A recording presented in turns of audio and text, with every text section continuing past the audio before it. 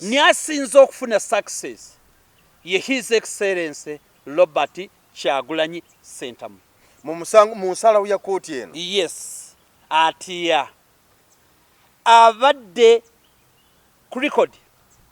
ng'agamba tetugenda kuteesa ku ky'abaana baffe be baakwata nga babawozesa mu kooti z'amagye emisango gye batakoze, era ne mubawaliriza basabe ekisonyiwo mulyoke mubasonyiwe nga bamaze okukkiriza omusango. Asinza okufunamu ye His Excellency Robert Kyagulanyi Ssentamu atya babadde bakwata abaana bakwata bonna Kalangala n'abalala ng'eriyo oludda olugamba lwaki temuteesa ne mukkiriza emisango omukulu n'abasonyiwa olwo nalwo lwe luggwa nga ye agamba temukkiriza misango era bali abaana batakkiriza misango ndowooza baba bali 11 abakyaliyo be bawangudde olwaleero. Kwembozi Muyugi Geoffrey Mayanja gegange ndi wano ne kanso tegusuulwa tuzze okuwayamuko ku mboozi ku nsonga ezitambula mu ggwanga. Twongera okukubiriza okusubscribinga Kwembozi Muyugi tubeere nga tutambula bumu okulanga lukibu kyonna ekituteekayo wano oba kyenteekayo wano nga gwe osooka okukifuna sayidi eyo mu mboozi zonna. Kale kkiriza kanso tegusuulwa asooka kubuuzeeko tutandikirawo emboozi. Neyanza bwa Mayanja wiiki etambula etya? Wiiki tebadde mbi no tugimaliriza tugibuzaako olunaku lumu lwanca lwa mukaaga naye nga sofa tebadde mbi mwetuli mpolampola. Kyamanyi naffe mwetuli tugezaako okugoberera ebigenda maaso mu ggwanga lyattu. Buli ekigenda maaso n'olwaleero ebibaddewo ndoza tujja kuba tubyogerako ne twebaza bannayuganda okusingira ddala okutugoberera n'okubategeeza nti omwezi ogwokusatu tujja kubatandika episodes eza motivation clearly nga temuli bya politics. Mu mwezi ogwokusatu ogutandikira tujja kutandika motivation yennyini ow'omutawaana naye olunaku si lwa kunnyonnyola ebyo tujja kuba tunnyonnyola ebituleese olwaleero. Olunaku olwaleero kooti ensukkulumu emaze okusalawo obadde omusango gubadde guli mu kooti ensukkulumu era nga empawo zibadde zikubaganyizibwa nti abantu ba bulijjo banawozesebwanga mu kooti ez'amagye oba nedda. Kakati olwaleero kooti emaze okukawaŋŋamula egambye nti nno okusinziira ku agikulira omulamuzi Owinyi Ddolo amaze okusalawo n'agamba nti teri kuddamu kuwozesa muntu wa bulijjo oba bantu ba bulijjo mu kooti z'amagye era n'emisango gyonna n'abavunaanibwa bonna amangu ddala biggibweyo bitwalibwe batwalibwe mu kooti ez'abantu ba bulijjo. Kwe kusalawo okugebadde olunaku olwaleero era ab'amawulire bannabyabufuzi abalamuzi balooya bakanso n'abantu abalala bagoberera ebintu engeri gye bitambula mu ggwanga babadde batunuulira omusango guno era abamu basanyuse abalala basigadde bagamba omusango guno kanso tegusuulwa gwagenda gutya mu kooti ani yagutwalayo gutuukayo gutya wetuba tutandikira awo. Neyanza mukulu Mayanja kantandikire gye biggweera nti omusango atwalibwayo ayali member wa parliament Honorable Michael Kabazibuluka ayali akiikirira Nakawa East ayakwatibwa akalulu kali aka 2016 nga kakagwa nga bamuvunaana okwagala okutta Mwami Museveni. Kati akalulu bwe kaggwa nga bagamba yali mu lukwe olw'okwagala okumaamulako gavumenti n'okusingira ddala okwagala okutta president. N'atwalibwa ekigo gye mala kumpi emyaka 2 n'okusoba ng'awozesebwa mu kooti eza amagye. Okusika omuguwe ne kubeera kunene mu nsonga eyo. Honorable Kabaziguluka ng'agamba talina kuwozesebwa mu kooti z'amagye kubanga si munnamagye ng'ayita mu balooya be. Now si gwe musango gwokka ogubaddewo n'emisango gyonna ogwakkiriza Besigye kati gwe gwakasembayo ali mu kooti martial ng'awozesebwa ku nsonga ezo. Abaana ba Nuupu abaakwatibwa ne basibwa kumpi emyaka 3 mu kalulu aka 2021 abaakwatibwa nti balina obukoofiira n'ebirala okutwalibwa mu kooti ez'amagye nga tesi bannamagye. Bantu bangi saabo bokka bangi abakwatiddwa nga batwalibwa mu kooti ez'amagye kituyita court martial. Court martial ng'eramulwa kye tuyita UPDF Act. Now balina section 119 egamba mu act eyo nti nno omuntu yenna anaakwatibwa n'ebintu ebiringa eby'amagye ebyefaanaliza eby'amagye ne preserve ebintu ebimanyiddwa nti ebyo by'amagye ng'oli wa bulijjo naye ng'olina enkofiira efaananiza ey'amagye olina essaati efaananiza ey'amagye oba engato empale oba ne bakwata n'emmundu gy'otalina kubeera nayo kubanga toli w'amagye naye ng'oli muntu wa bulijjo ate tolina layisinsi oba ng'olina tanka ennwanyi oba ng'olina tanka yasaanya oba ng'olina mamba byonna nga buli omu amanyi bulungi nti eyo preserve y'amagye ffenna tukkaanya kuba ffe tuli bannoopo tukkaanya nti waliwo ebintu by'abamagye birina kuba namagye ffenna tukkaanya ekyo nti emundu byakulwisa okuggyako ng'okkirizibwa mu mateeka ng'ofunye layisinsi era waliwo ebintu naye sisuubira nti eri afuna layisinsi okufuna emmamba oba tanka oba ennyonyi bya UPDF ebiseera ebisinga ebeera mmundu kakibeera ekyambalo sirowooza nti bakigabirako layisinsi ndowooza mundu yokka yeeberwa ne bacivilian now kati nekireeta emabega yonna wabaddewo okusika omugwa era cases nnyingi ezibadde ziwangulwa abadde bawangula nga UPDF ewangula nti ddala abateekeddwa section eyo ntuufu gwe ebintu by'amagye obyagazaaki kati obuzibu bwazze nga section eyo ne UPDF beeyambisa act nga sinabagenda wala mu ranking y'amateeka ekisinga okubeera ekisukkulumu ye constitution lyetteeka number 1 constitution lyetteeka number 1 ye ge mateeka amasukulumu ffenna ge tulina okugondera ffenna ge tulina bwe bagamba nti tewali ali above the law nobody is above the law kye bayita grand law mother law ye constitution kye bategeeza bagamba nti toyina kusukka tewali ali waggulu w'amateeka babategeeza constitution obimpimpi kubanga ge mateeka gwe tutambulira nekyo ge mateeka amasukulumu kati teri tteeka lyonna liteekeddwa mu ngeri yonna kubeera inconsistent ne constitution lwaki nti amateeka gonna gasimbuliza mu constitution ne gajja nga gaserengeta amateeka mu hierarchy bw'ova ku constitution ozzaako kye tuyita acts eza parliament ge mateeka agaddako nti kaakati olw'okuba constitution tebasobola kuwandiika buli kimu constitution tesobola kuwandiika buli kimu kati bwemala okuwandiika nga bagamba tuteekawo amateeka agafuga bannamawulire nga bateekawo parliament ng'etuula ng'ebaga amateeka ge bayita journalism act oba journalists act nga bagamba nti naye ate amagye nga bagamba amagye parliament ng'etuula ng'ekola amateeka kye bayita ba UPDF act parliament ng'eyeegakoze kati ekyo kye bayita acts za parliament ne act ya parliament teyina kumenya ssemateeka yensonga lwaki tulina kooti gye bayita constitutional court oba gye tuyita kooti etapota ssemateeka nti toyina bw'ogenda okukola act eteeka okuba ekkaanya ne parliament manye act eteeka okuba ekkaanya ne constitution kati bw'oddako amateeka amalala agaddako nga ordinances ne bylaw kati ordinances ne bylaw zikola mu bitundu byemu kubanga constitution neteekawo amateeka naye ne twekanga nti ffe ng'ab'ekkalamojja tulina ente ate Buganda teziriiyo nnyo oba n'ebugiso n'ekyo ffe katwekolera amateeka agaffe ge bayita bylaws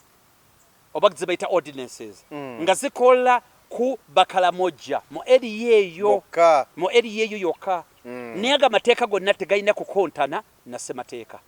ne bwe bayita national law okuggyako ezo zokka Uganda ze ratifyinga neteekako omukono tukwatagana teri teeka liri international liri waggulu wa ssemateeka ebyo mu kubinnyonnyola kye tuzze tulaajana nti kooti eno ey'amagye ebintu engeri gy'ebikolamu tegoberera ssemateeka eringa egamba ye eri ku lwayo ng'ate essiga lya judiciary tuyina limu lye liva waggulu ne lijja nga liserengeta ne kooti martial ebadde ekolayo nga yo byayo kubanga mu kugikola ensonga ze baludde nga baziimuula zaali nti akiti eyo baagikola kuluŋŋamya magye okulungamya amagye okugawa ebibonerezo okulaga balina kukola batya era bw'ogisoma yonna erimu frontline bw'okola kino kyokola osuula emundu kino kyokola botta omuntu kiba bwe kiti ebintu byonna tetubinaako buzibu ebiri mu UPDF Act tetubinaako buzibu kuba abamagye be bamanyi ebyabwe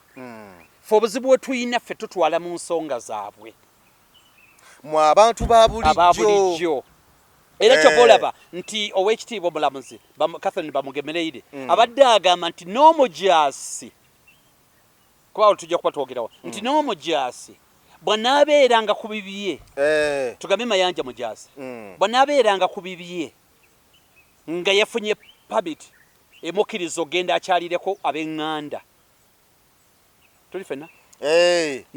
katugambe nti bamuwaddemu kaliivu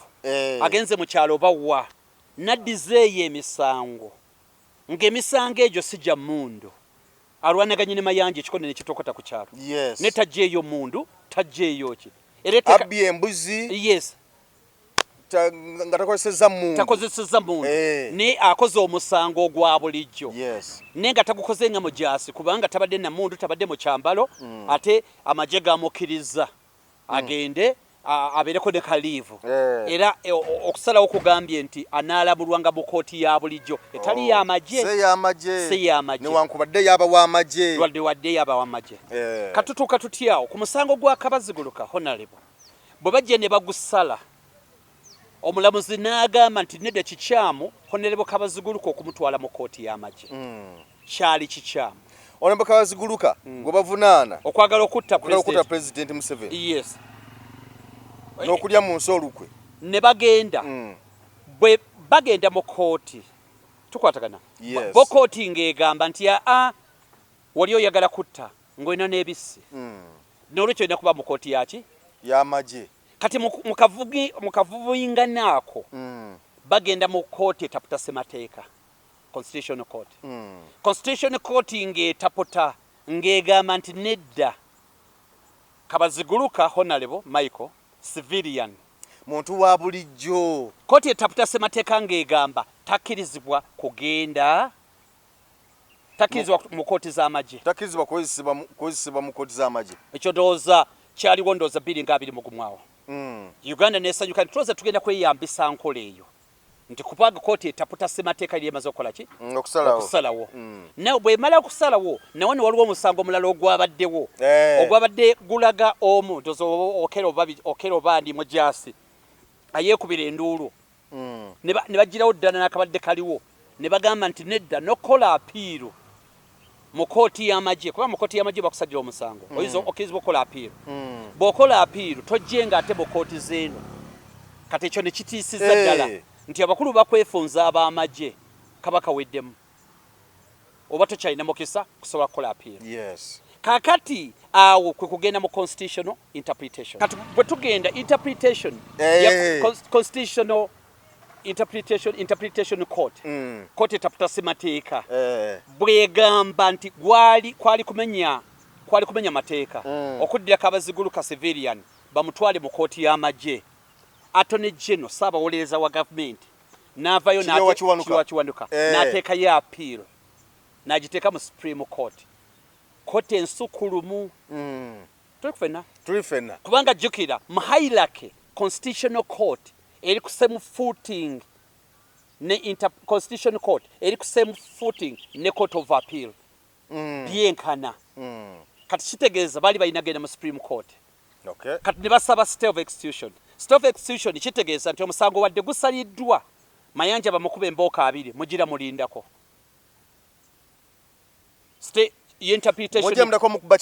mugira mulindamu mukuba kibookeezo wadde kooti yasazeewo kibookeezo ziteebwe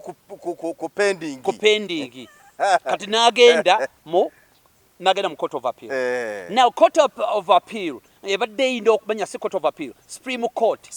ebadde eyina ogutuulamu kati esalewo kyennyini kati ne bagamba mugira mulindako naye ng'ensonga nkulu nnyo erina okuva mu ddiiro kubanga nga justice etunulira nti bwe kibanga mmwe batuufu lwaki temwagala musango gusalibwe olwaleero ow'ekitiibwa Ssaabalamuzi Winyi Ddolo agambye nti bannabyabufuzi babadde beeyambisa information etali ntuufu mu bukyamu nga bagamba nti omusango gumaze emyaka 4 ninga agamba nti ye bw'abala mugiri emyezi 8 kasooke tebabagamba nti ensonga ezo katuzanguyeeko kati Supreme Court ensukulumu olwaleero lwesazeewo kubanga era mulabyeko awo omulamuzi Ssaabalamuzi ng'agamba nti nno nti abantu omuntu osobola okubeera omulamuzi naye tekikufula mulamuzi wa nkalakkalya kuba nti omanyi buli kimu era n'alabula n'agamba nti mulekere awo okuyisaamu kkooti amaaso mwe n'abayisaamu kkooti amaaso kubanga singa ebintu binaatabuka kkooti neefuna kyekubiira bo nga batabamu bagamba nti kkooti kyekubiira ayitiridde kibi nnyo kati olwaleero nsonga kyezaaweebwayo balyoka omusango guno bagutapute bwe batyo mugwaka baziguluka nsonga ki grounds kyezirimu ensonga ennene ezisooka zigamba nti kkooti eno era ngo omulamuzi bw'abadde annyonnyola Bamugemerere Catherine Bamugemerere abadde agamba nti akiti eno ye UPDF yateekebwawo okuluŋŋamya n'okugonjoola n'okufuga bannamagye si ba civilian kyekyali ekigendererwa kyayo buli lwokola etteeka olina okunnyonnyola lwaki olikoze era bw'oba otaputa etteeka tukwatagana waliwo interpretation bakola interpretation ne bagamba tukoze etteeka lino olwa kino na kino na kino kati zino z'ensonga ezibadde enkulu ekisooka bulijjo ffenna ze tuwa nti kooti ey'amagye si kyekyali ekigendererwa kyayo kyali strictly bamagye si ba civilian ensonga egambibwa nti ebyamagye bwe banaakusanga nabyo omulamuzi agambye nti alemeddwa okunnyonnyolwa okufuna etteeka entapota oba engeri yonna eraga nti kino kyamagye kino si kyamagye mu bintu ebimu kati okugeza okusanga obusanzi n'akakoofiira akamyufu bagamba keefaananyiza ab'amagye musango ogwasooka bwe twagenda mu kooti waliwo okugamba nti okukifuula ekyamagye baali balina okuba nti akakoofiira ako kali gazetted kali registered ekitaali mu mateeka UPDF ne bangwiriza ne bakaliregisteringa ng'akakoofiira kaabwe ng'akaabwe bw'etteeka lyali bakwata naye omulamuzi agambye nti tewali alemeddwa mu ngeri etegeerekeka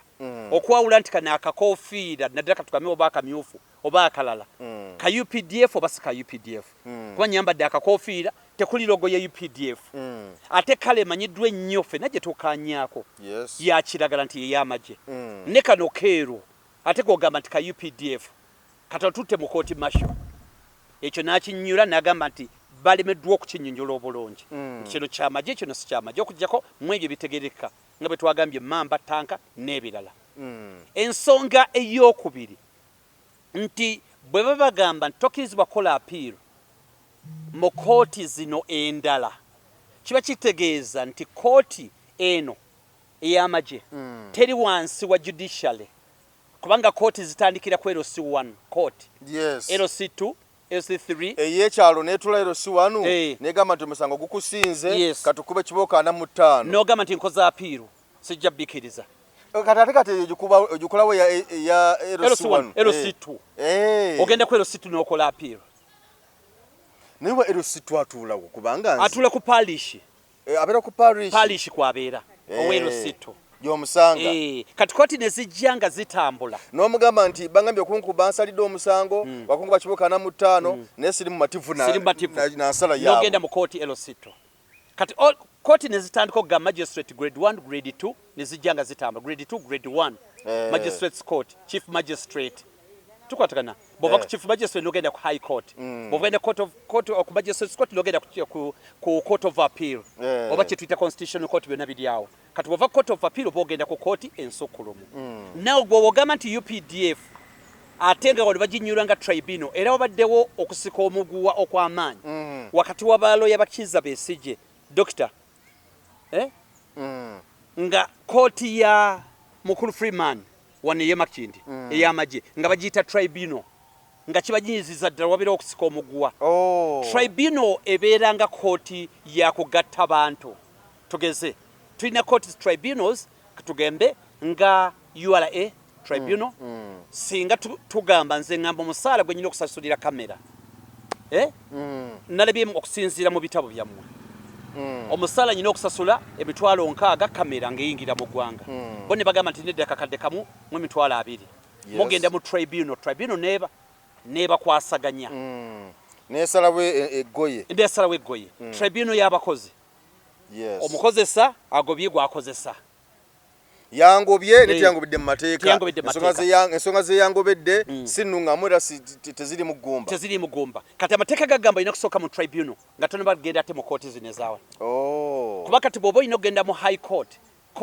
eya high court erina kituyita original jurisdiction nti omuntu yena asobola okutwalayo omusango ne gutandikirawo ne kugenda mu maaso ne bakugobayo olina kusooka genda mu tribunal olyoka okole ki osobola okuwanga kakati ensalawo ya kooti eno etegeeza ki eri bannayuganda bannakibiina kya nuupu abamu bakyali mu makomera n'abavuddeyo ne opposition okutwaliza awamu ebbanga lyemazeewo wano mu byobufuzi mu myaka nga 40 mwami Museveni ng'afugidde eggwanga lino eyinza okuba ya achievement opposition gyefunye etegeerekeka lwaki nti gavumenti ebadde yeeyambisa etteeka lino nga muguwa nga bakwata ng'oyambadde akakofiira nga bakutwala mu court martial emu ku nsonga gye soogeddeeko nti court martial ebadde eronda abantu bayo abatali batendeke n'osanga busanze ng'oli looya talina ya practicingako nga ye mulamuzi nga yasalawo eggoye n'osanga omulamuzi nga yagikulira nga tasomangako mateeka wadde ya naye nga ye mulamuzi agenda okusalirawo ne bonookola apiiru kyekyo kooti y'amagye kati obukugu bwa bano kubanga ebyabwe by'amagye order ne order kati ng'obukugu bwabwe okusalawo emisango egyo ng'olabira ddala bubulamu si kubulamu kumpi nga tebuliiko okuggyako ono yeka abaddewo ono Mugabe abadde advocate ne bali abadde babeerako nga balonda bulonzi musajja waabwe asinga okuba omukambwe n'atuulawo genda okikwatemu era ng'ebibonereza abikuwa kibadde kya bulabe nnyo okuddira omuntu atali mukugu asale omusango kati kibadde awo eyo achievement nambeemu nti omuntu kagende mu bantu abali competent achievement endala ebaddewo olwaleero ebaddewo nti bano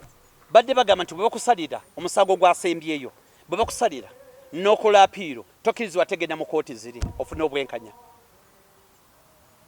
ekitegeeza obadde osobola okuterekebwa eyo ne beeyambisa weapon eno ne bagyeyambisa yabyabufuzi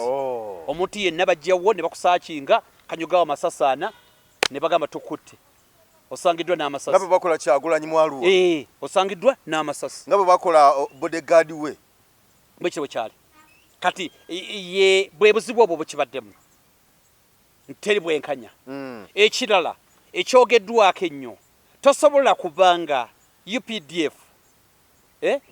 ekulibwa commander in chief president Mwai Museveni nga bakukutte nti oli muyeekera oba kuteebereza okuba nti olina emmondo yakuvunaana ate amagye nga gakakuvunaana ate nga yagalonda ate nga gagakuwozesa ng'era yabalonda ng'ate bano abakuvunaana amagye ge gakuvunaana gakutte n'emmundu tukutte ge gakuvunaana gakutte n'emmundu ate ge gakuwozesa kyenkanankana ne mwami Mayanja okubba essimu yeeno ate nga gwe mulamuzi gw'ogamba nzibye essimu yo nentuuka wali ngamba sinnagibba ngenda okutuuka wali nga Mayanja gwe mulamuzi kibiitinga kye tuyita natural justice tukwatagana gw'owaaba ate gwe mulamuzi tuli fena kati awo kiba tekivaayo bulungi nti kibuliramu ddala tetusuubira bwenkanya kuba nti tegusuulwa agamba nti akutte ne mukyala we ate ye mulamuzi ye kennyini kubanga amagye gagamba gakutte n'ebintu byago kyokka ogenza okuwoza ate ge gakuwozesa kati awo obwenkanya tituba nga tumagamagamani agamba wabbye enkoko yange kati akakiko k'ekyalo katule kasale omusango ate yagutuddemu kyemani ye kennyini oba mutabani we kati wabaddewo obutali bwenkanya ffe tubadde tukola ki ekirala amateeka gaabwe n'ebibonerezo byabwe si by'abantu ba bulijjo ebyekijaasi kubanga omuntu omujaasi ali trained okugumira ogumira ebibonerezo eby'abajaasi katugambe tugenda kubemba ku 200 ku lubuto eyo training tagirina civilian byabwe by'abajaasi kati ate tebisobola kujja eno kuba eno botulina kebe corporal punishment yagibwawo now success kyendala eriwo nti abasibe bonna ng'otandikira ku Kano Kizza Besigye n'abasibe bonna be bakwata abannoopu bonna bagenda kuvaayo mu kooti z'abajaasi babateeke mu kooti za bulijjo eyo success nnene ni asinze okufuna success ye His Excellency Robert Kyagulanyi Ssentamu mu nsalawo ya kooti eno yes atiya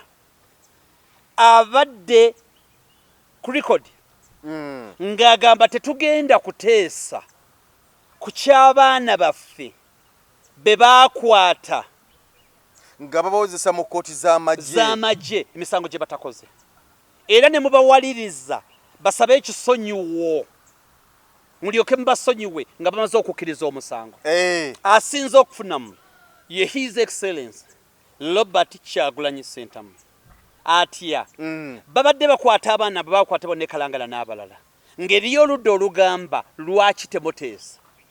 ne mukkiriza emisango omukulu n'abasonyiwa olwo nalwo le luggwa nga ye agamba temukkiriza misango era bali abaana batakkiriza misango ndowooza baba bali 11 be bawangudde olwaleero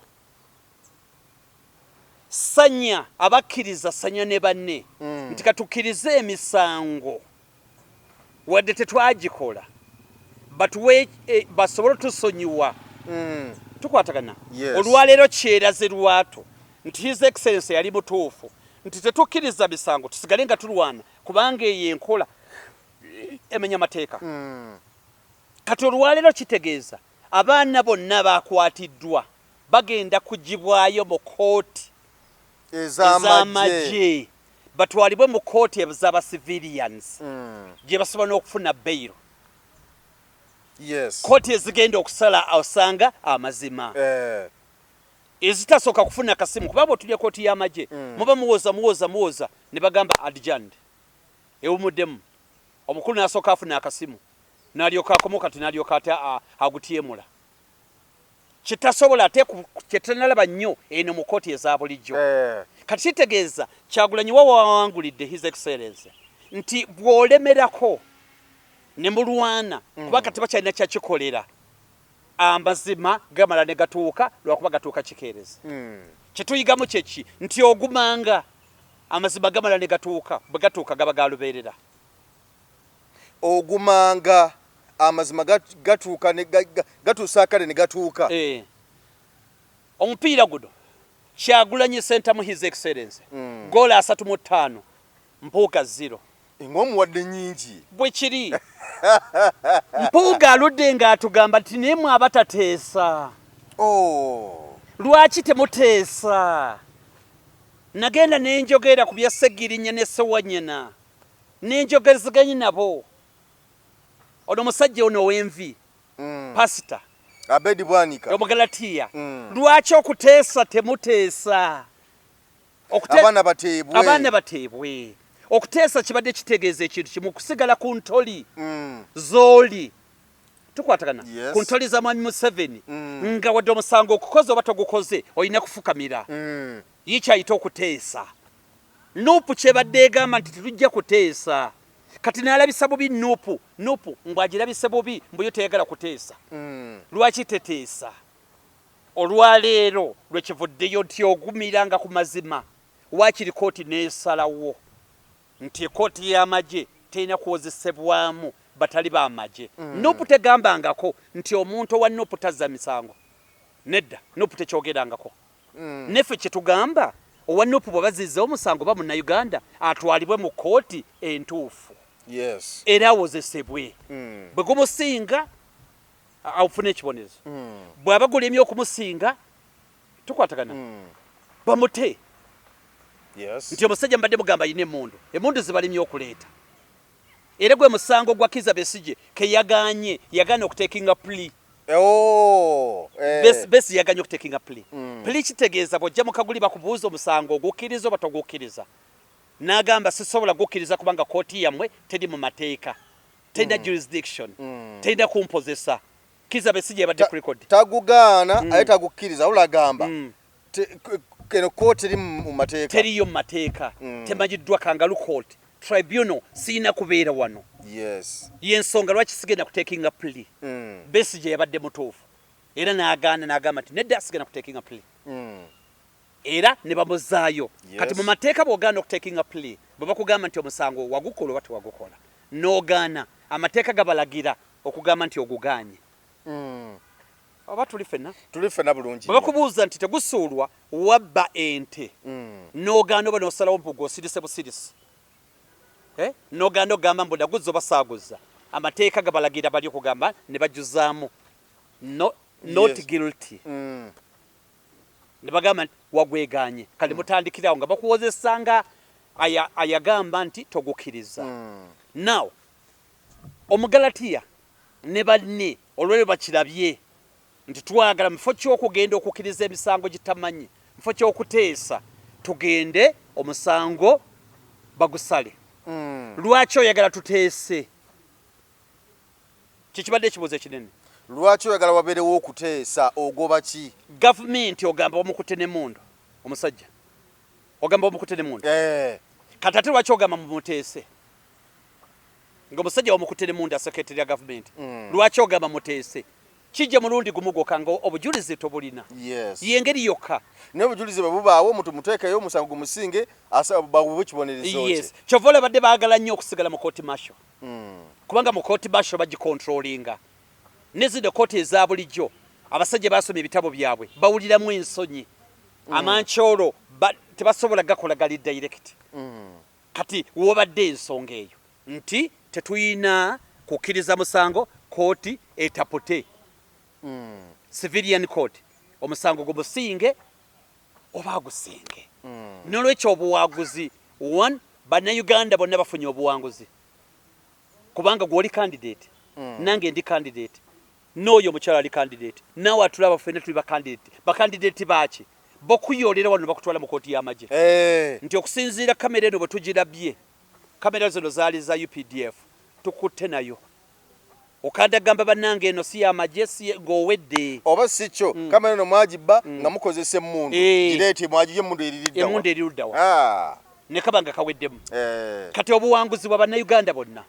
obuwanguzi bwa Kizza Besigye obuwanguzi bwa bannamateeka abagubaddemu obuwanguzi bwa His Excellency Bob Wine abadde n'enzikiriza nti nedda tetukkiriza temuwaliriza abaana baffe kukkiriza misango bagume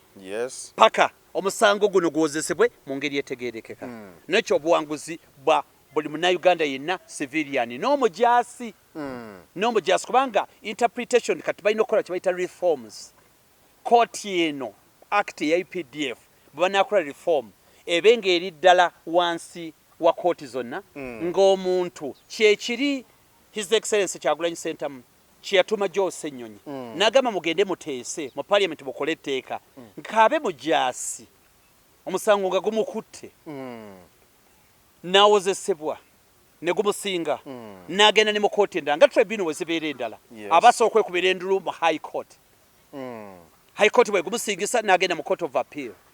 court of appeal bwe gumusingisa n'agenda mu supreme court bwe gumusingisa nga kaweddemu naye afuna omukisa okumalayo full distance kubanga ekyo n'okufuna obumativu ku sayidi y'abantu be naye kenyini bagamba nti nedda abantu bonna tebasobola kubanga babagulirira okuva wansi paka wasembayo tekisoboka bano baba bakola ensi bano tebasobola kukola nsobi kirabika omusango mbutuufu waguzza yesawa tulabyeko wano kooti zaffe eza bulijjo nga ziwa abantu bbeeyi bawoze nga bava bweru naye amagye n'ab'ebyokwerinda ne babakwatira ku lusi ku geeti olusi ne babakwata oluvannyuma nga baateebwa naye ne baddamu ne babakwata ne babaggalira tusuubire amagye gano okugondera ekiragiro ky'abalamuzi kubanga waliwo ab'ebyokwerinda ddala amagye ogamba nti amagye tegamanyi byamateeka mbugo tegamanyi byamateeka tebawuliriza biragiro bya kooti babisaamu amaaso tusuubire ku mulundi guno kino okukigondera answer ye ate nedda yes and no lwaki no nti enkola ya safe houses ejja kusigala egenda maaso nti bajja kukwata mu ngeri ya kubuzaawo nga si kutwala mu kooti ekyo kijja kusigala kigenda maaso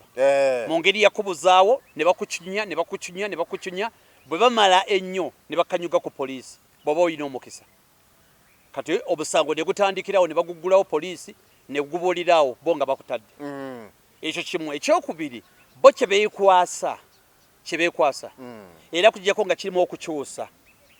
kizibu nnyo kizibu kitya nti bo bagamba tegusuulwa bw'oba wakwatiddwa mu kooti kubanga ebitongole byo by'okwerinda birina mandeeto okukwata omuntu nga poliisi nga semwayi nga iso byonna birina mandeeti okukwata abantu aba levels ez'enjawulo mandeeti bagirina now kebe poliisi eyina bonna balina mandeeti ekwata naye bo kye badde bagamba kibataleetera mutima mulungi nti singa mayanja oŋŋamba nti tegusuulwa bbye essimu yange nitugenda mu kooti nenta nti ate gusuulwa teyagibbye ne mujaganya security egamba tekigigaana kukwatira musango mulala nga wakafuluma katugeze nti guno nguyiseeko tujaganyiza katugeze kati nga guno gwa aji ogwaliwo kati kukyaliwo ne katugeze baga nti aji yejeeredde okukwata omwana bali bamuwaliza sibituufu kati aji aba afuluma wali wabweru wa gate ya kooti ne bagamba watta omuntu tosobola gamba nti bakanta kooti yakanta tosobola gamba mbu ate kooti yakanta bo bagamba kati tukwatidde ate mulala kati bo mubeekweka naye nga amazima bakukwatidde la gwegumu nalaba omwana awo yali ku kooti twali ku kooti ku nsonga za sipapeeso kati newe bamanyi bano abasookawo biki kati waliwo abali twayingidde dda kati omuvuka ne bamusalira ekibonerezo kyakusobola gyali bamyaka oba 3 oba gyali kisinga nawo naye nga yakwata mwana yakwata omwana ataneetuuka yasobyako kati omulamuzi amala mumusalira mamalo kati emulo omuvuka n'awanika omulamuzi n'amugamba wadde nakyogamba nti ye n'amugamba nyaba omulamuzi nsaba kumpa beyiro bakusalidde obujulizi nabo buli ku mmeeza buli kimu kyonna bakusalidde genda bwebaka emyaka bwegiti teyalina lawyer yate nsaba kati yalina yali tategeera bigenda mu maaso sakyetegereza bulungi wetalina abasajja babuyita buno bamusirike bunkologo prison buba wano ku kibegabega bwatuuse dda oba tokyalinawo dda kabaka weddemu oba tokyalina okugjako kyolina okusaba birala nga bakututteeyo ne baku kibonerezo n'osaba apiiro oba biki ebyo birala ebyo biba birala naye ndowooza bali tebamugaidinse bulungi now bo kati ekibuuzo kyo kiddamu bo bayinza okuyoola nga wakafuluma kooti naye nga bagamba tukuyooledde musango mulala si guno naye nga mazima musango gwe gumu gwe bakuyooledde ate ekyembi we bakuyoola kati awo wali obuzibu nolwekyo naye kyonna kyekiri kati amaanyi gaabwe gakendedde nnyo nti buli civilian yenna balinamu okwata nga bamwegaana wonna woogambira nti ali ku CMI nga tumukimayo nti olwo talina kubeera wano tumutwale ku CPS atwalibwe mu kooti agende wakiri eruzira kati akakodeko kakajja okubeerawo kakwegaana tetumulina kubanga tolina kuba mu facility y'abajaasi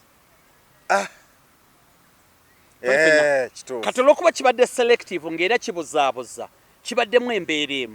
embeera ebaddemu nti babadde bakwata abantu n'emmundu ababbi katugambe bakondo naye ne basigala nga bamuwozesa mu kooti y'abantu babuli y'abasivilian badde bakwata omuntu gwe bagamba nti muyeekera nga Jamiru Bukulu n'abalala ne basigala nga bamuwozesa mu kooti eza bulijjo gwe ne bakwata n'akakoofiira ne bagamba nti ate kati gwe kooti masho oba tukwatagana bulungi ono gwe bagambye nti muyeekera kondo gwe bakutte nga batebeza okuba nti mubbi abamukutte n'emmundu nga bituufu nno ddala abadde n'emmundu kubanga nze wano ate ekyange sikyababbi nedde ekyange kiri political clearly 100% ekyange kiri political naye waliwo omuntu nga mubbi go ge mazima ng'era amagye gamukutte oba poliisi oba ebitongole by'okwerinda nga bimukutte talina kuba namundu atigumya abantu atta abantu ne n'atwalibwa ate mu kooti z'abasivilian naye ng'akwatiddwa ne mundu kakati ate ne bakwata ayambadde akakofiira ate nagenda mu kooti masho kati inconsistencies ezo zonna ze zibaddewo. Yes. Yes, kakati bingi byogerwa essaawa zino kati nga bwe tuli wanayogera kino oli ayogera kiri naye buzibu ki tongera okutaanyamuka okuba ndaba ebimu bikonyeeko awo omuntu bw'ayinza okuba nga abadde asanga banaddala bano abasibwa mu kooti z'amagye obuzibu omuntu bubadde basinga okusanga sayidi eyo bungi nti omuntu bw'agenda eruzira oba mu makomera agali gazetted abalina rights ze tuli fena tugambe nga dokita w'okumukyalira lawyer w'okumukyalira okumanya waali okumanya essaawa z'alina okubeera mu kooti n'ebirala nga birina okubeera ate magye birala tekibadde kyangu lawyer okukyalira nti aza kulaba tekibadde kyangu okufuna access ku bintu byolina okuba nga weeyambisa ne dokita Kizza Besigye essaawa zino takkirizibwa kukyalirwa bantu muntu yenna ogwasembyeyo wano babagobye badde balina okumukyalira Jozi wano wano tubadde n'olutalo nga bagamba nti alina kulya mmere akkirizibwa abadde agamba nti emmere tagisobola bamufumbire emmere endalobe ne wabeerewo okola ki ekirala nti bw'agenda eri amagye bw'ogenda mu kooti yaabwe entiisa nnene okwewozaako n'amagye gonna bakulamulira mu mateeka g'amagye g'otamanyiiko wadde ya enkola nga y'amagye buli amulimu y'amagye n'amateeka ge bakulamuliramu g'amagye ate gwe togamanya amateeka gaabwe ekirala nti ebibonerezo byabwe bikakali nnyo bagamba nti oyatibwe nga tibwe kooti geekusalidde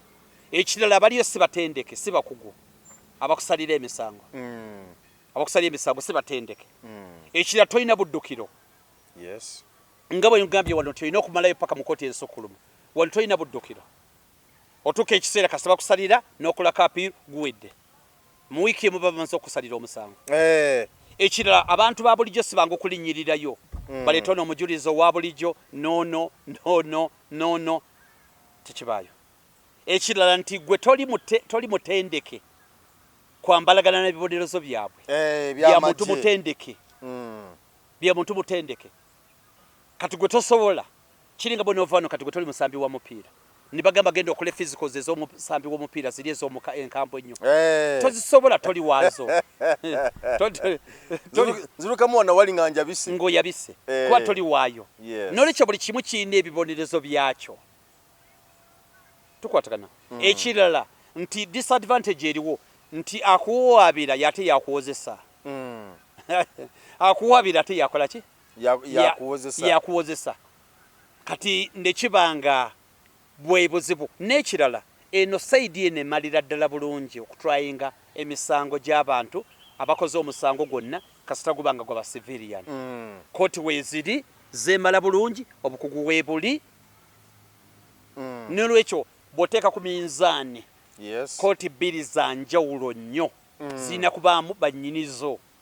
kati nze tosobola kuŋŋamba mutute mu kakiiko k'abafaatha baweera ebibonerezo kati nze mbimanyi ebyabwe nze mbimanyi siri waayo kati n'ebirala tosobola kuddira muntu ataliwo ekyo n'ogamba nti kakati gwe gwogenda okuweesa ekibonezo ekyo ekikulanga abantu kubanga tulize tulaba okwemulugunya abantu babulijjo abamu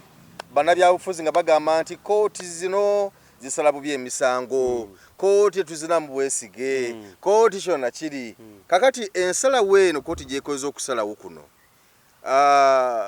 eraga ki eri abo bagamba nti kooti z'ensi oba kooti z'e Uganda zisala bubi emisango zina kyekubiira kuluma yanje ekyo twakyenyinyula dda nti n'essaawa enfu bwe ffufululu ng'akanda tekaliimu ng'ejjudde n'enfuufu eba ntuufu emirundi ebiri olunaku akalimi waliwo ekaasibira katugambe essaawa singa eno yessaawa neefiira wano neefa ssaawa 10 efudde kale 10 wano 10 kale omulundi gumu efudde 10 neekwamira wakwa buli we zibeera 10 eba ntuufu eba ntuufu n'olwekyo bwe tugamba nti kooti zaafa tekitegeeza nti olw'olumu teramu kamuko lala olw'olumwerera mu kamuko kati ng'olwaleero ebadde namutteke leero ebadde namuttako era tujebaza nganze tujebaza okubeera ennamu olwaleero ebadde namutteke tena wadde n'ekizibu ebadde namu era tujebaza okuyimira ku magulu gaayo netematema ensonga mu butuufu bwazo gwe nga looya gwe woolaba kooti zino zabadde zitereeza kubanga abantu amaloboozi gajja gwe woolaba oyinza okugamba nti balina okutereeza wano okulaba nga Uganda mu by'amateeka ebeera yaddeko balina okwongera okusomesa abantu amateeka aba Uganda balina okuba nti esiga eddamuzi judiciary executive ereka ne lyetengerera okuviira ddala mu nnonda y'abalamuzi omulamuzi n'amanyira ddala nti executive temulinaamu mukono n'akatono gumutiisatiisa era si be baamulonda ekizibu kirimu executive kubanga executive yeena coercive forces executive yebeera n'amagye yebeera ne police yebeera ne prisons yebeera n'ebitongole byonna ebyokwerinda era ate kati bwebanga yeetaba mu kulonda abalamuzi era n'omulamuzi n'amanya nti bamulinako influence nti eyanonze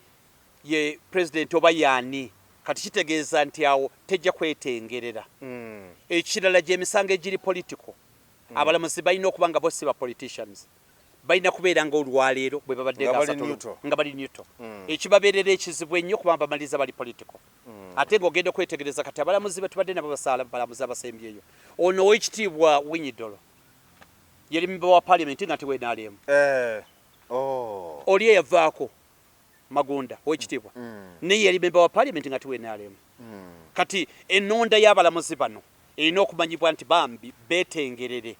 nga tebalina kibatya kufiirwa mulimu gwabwe oba kutiisibwatiisibwa kyekyokka ekiriwo n'ekirala nti fairness abalamuzi beeyongere emisango gibe nga gisalwa mu budde gibe nga kisobola okuba nga gisalibwa mu budde n'olwekyo naffe bennyini okugenda okwongera okutegeera amateeka nti okwegaadinga nti kino bwe nkikola kindeetera omusango bwe mba nkuula nyina okubawo kirina endagaano n'ebirala nti oba emirundi egisinga omuntu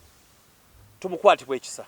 ensi emukwatibwa ekisa ngalabika ye mutuufu naye nga talinawo wadde otujulize n'akamu nga talinawo kajulize n'akamu ngera bwolaba omanyi mpeera nnyo ekyokulabirako ku musango guno gwa Haji ne Hajati tubulumi oyogera nga kyasanze nga bakusajja Haji boogera byabwe kwegamba omusango watuka ne guva mu kkooti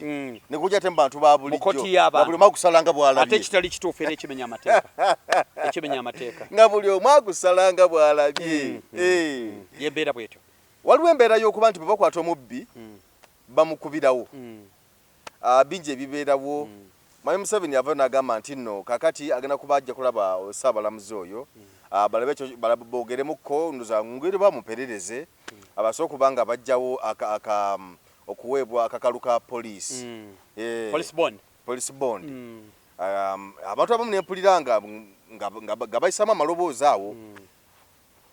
nga mulimu ne balooya nga bagamba nti Mwami Museveni kyagezaako okuleeta n'okusalawo si kituufu muntu aba n'okufuna bbeeru kubanga dembe kiri constitutional gw'okiraba otya kusaire because ate Mwami Museveni naye agamba nti kubanga omuntu asobola okuzza omusango munene nnyo n'olwokuba alina eddembe okufuna akakalu ka kkooti nekanga nga poliisi emutadde akakalu ka poliisi nga poliisi emutadde police bond nti naye omuntu oyo alibadde abeereyo mu kkomera paka nga amaze okukozesebwa ne gumuka mu vi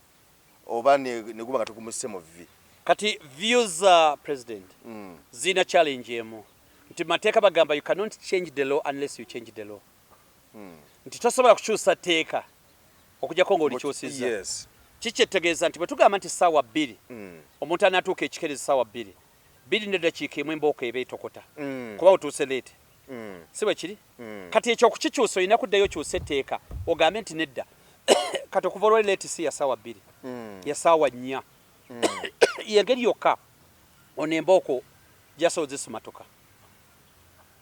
oba tukwataganye bw'omala okuteeka etteeka nti leeti anaakwatibwa leeti ssaawa 2 leeti akubibwa embooko 10 kati enjogera egamba nti you cannot change the law unless you change the law kiina kuba ekyo ne bakwata 2 n'eddakiika emu embooko 10 zivuga ne bw'oba oyagala okikyuse ddayo okyuse etteeka live ku 2 lidde ku 4 kati omuntu watandika okutuuka 2 kitundu 3 atukeza ayagala